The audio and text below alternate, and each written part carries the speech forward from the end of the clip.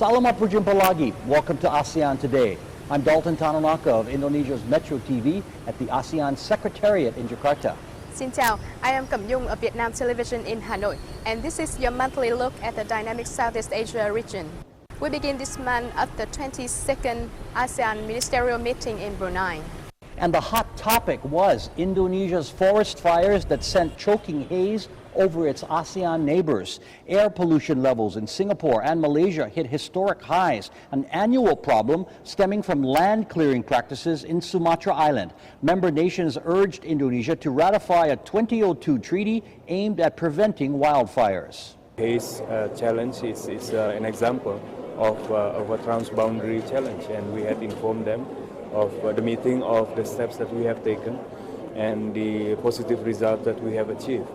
But we are not complacent. We are going to work earnestly. The meeting of ASEAN foreign ministers concluded July 2nd following other issues including the South China Sea territorial conflict. Australia Foreign Minister made official visit to two sites in Myanmar political scene.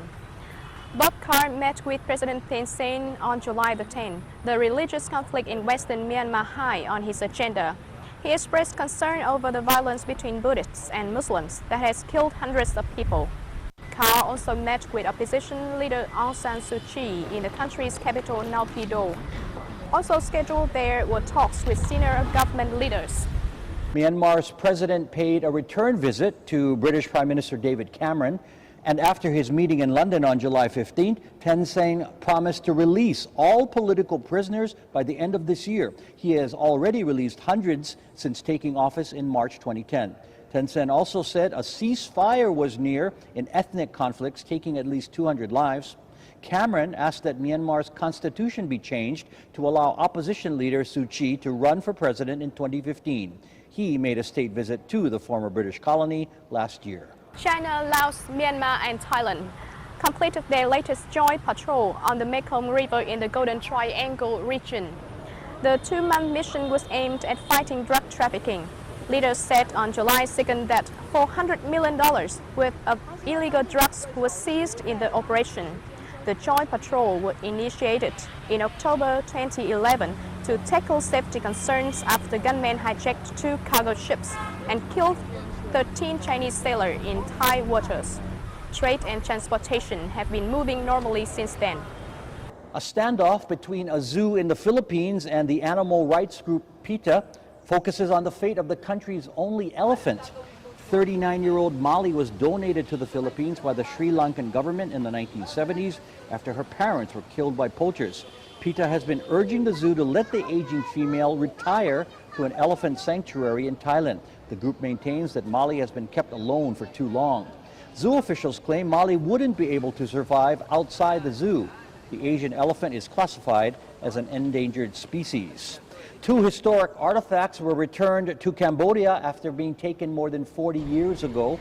These figures carved out of sandstone are the life-sized kneeling attendants. They disappeared from the Kokor Temple in the 1970s and resurfaced in New York's Metropolitan Museum of Art 2 decades later.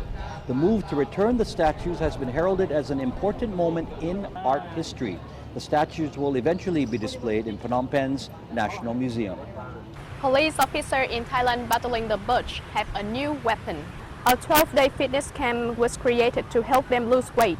The cop who loses the most weight at the end of the program will receive 5,000 baht or $160. 51 male officers and 9 females have joined the boot camp in Bangkok. The medical check showed that more than 200,000 officers were facing health problems that includes high cholesterol and liver disorders. Visitors to a special car show in Thailand were able to dream about being in a Tokyo Drift.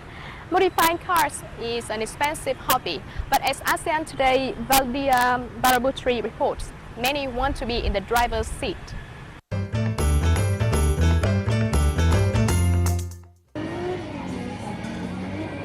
The excitement was fast and furious for car lovers seeking more than standard model. Vehicles equipped with race car seats, revved-up systems, and roll bars got visitors' engines revved up.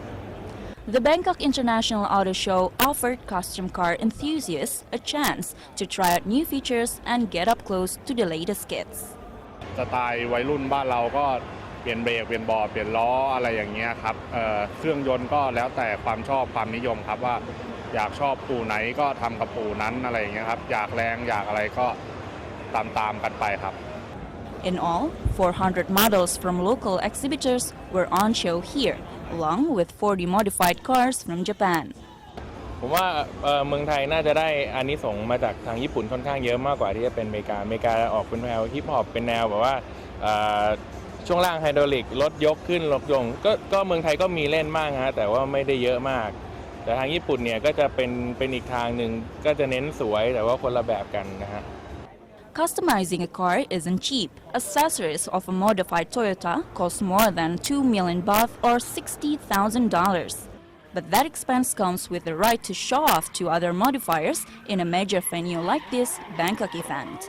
Valdia Baraputri for ASEAN Today. More ASEAN Today is coming up shortly. The music of a rising star here in Indonesia. We visit with Raisa Andriana, who sings with sweet soul, and she's in the hot seat.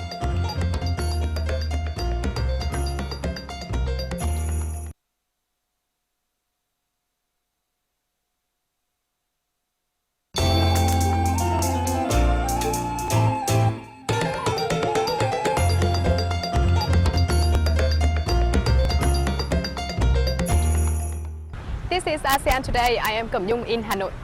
And I'm Dalton Tanonaka in Jakarta. Indonesia's capital is the home base of one of Indonesia's hottest properties. Raisa sings Sweet Soul and about to release a new album of original music. She's in the hot seat with ASEAN Today's Marissa Anita.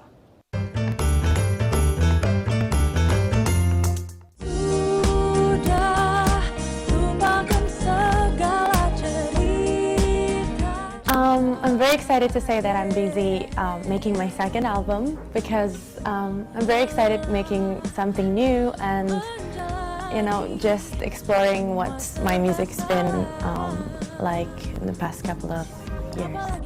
Who is your musical influence?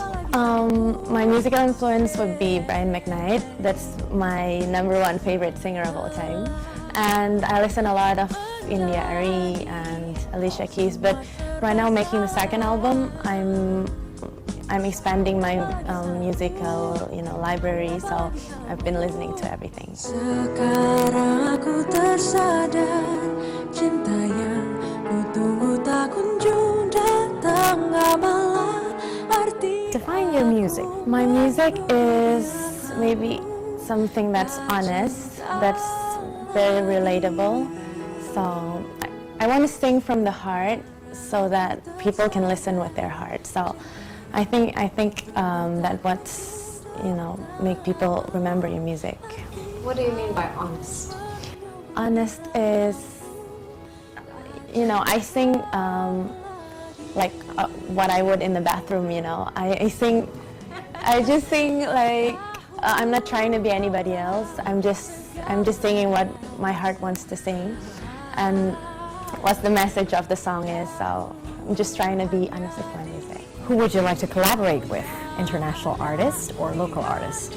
Well, I have to say first Brian McKnight, of course. And as for Indonesian artists, there's a lot of great musicians. I love Afghan, I love Gugun and Blue Shelter, I love Marcel, I love a lot of artists, and because now I'm doing the first stages of my second album, we're just wide open the possibilities.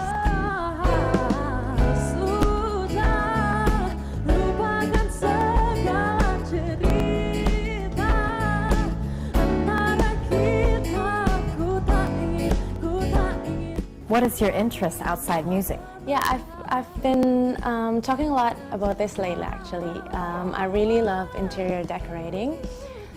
So I've been reading a lot about it, learning a lot about it, and I'm thinking of starting my own business. Yay! It's for interior decorating, but it's a form in the form of posters. So me and my friends, we're designing posters, like inspirational posters, and we're planning to sell it online. So it's going to be very exciting.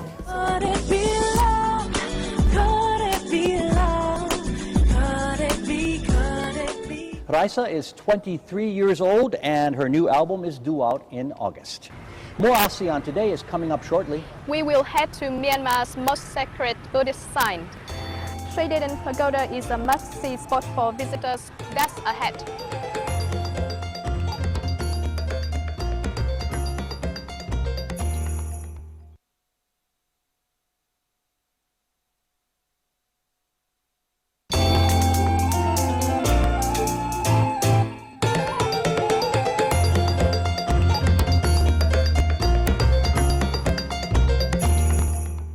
This is ASEAN Today, this month from Jakarta and Hanoi. And we are bringing you the stories of the fascinating people and places in Southeast Asia. A Canadian diver is leading a growing campaign to revive damaged reefs on a paradise island of Cambodia. ASEAN Today, Robeline Purba reports on the underwater effort. Canadian Kyle Gavard didn't like what he saw when he explored the clear waters of Khao Rong. Fishermen using the quick but destructive method of stunning fish with explosives was sadly evident. The destruction to the reefs here is incredible. I mean, you can see where the trawling boats have passed, you can see where dynamite's exploded, and the reefs need to be healthy in order for the fish to thrive. And so we're giving them a chance to do that by putting these reef pods in the water. He set up the group Conservation Cambodia to help regenerate the damaged reefs. Cast iron pods are forged and welded on the mainland, then finished by hand on the island 20 kilometers off the coast of Sihanoukville. Gavard was joined by his first volunteer, Matt Maroney from London, to deploy the reef pods onto the seabed. Last week I was at home building houses, and here I am out here building reefs in Cambodia, and it's amazing to be part of it and to watch the growth, to watch what it's doing for the marine life, for the people. 22 pods have been laid since January, with a goal of 100 by the end of the year. It took just 10 weeks for these pods to help form new layers of coral. With that, fish life has quickly returned to the once devastated seabed. The success rate we've had so far, the results we've had have been nothing short of astounding. We're not even propagating coral, we're not transplanting coral, we're letting it happen naturally. To protect the new reefs, Gavard is in negotiations with the Cambodian Department of Fisheries to create a protected area around the pods. And local residents are also cooperating by avoiding fishing in the area for now, a sign of positive future for the marine ecosystem. Robeline Purba for ASEAN Today. Here are several events on the ASEAN calendar. The Hungry Ghost Festival will be celebrated on August 20th by Chinese communities across Southeast Asia. The Royal Pahang Billfish International Challenge is set for Rompin, Malaysia from August 23rd to the 25th. And preparations have begun for the 23rd ASEAN Summit in Brunei, October 9th and 10th. Spiritual heart of Myanmar's business capital is a shining monument to the country's main religion. Shwedagon Pagoda is home to important items in the history of Buddhism. ASEAN Today's Andita Winda is our guide. It rises in the center of the commercial capital, Golden Dome shining in the sun. Shwedagon Pagoda is the biggest in Yangon, standing 325 feet at its highest point. It was built on Singutara Hill with its stupa and pagoda dominating the skyline.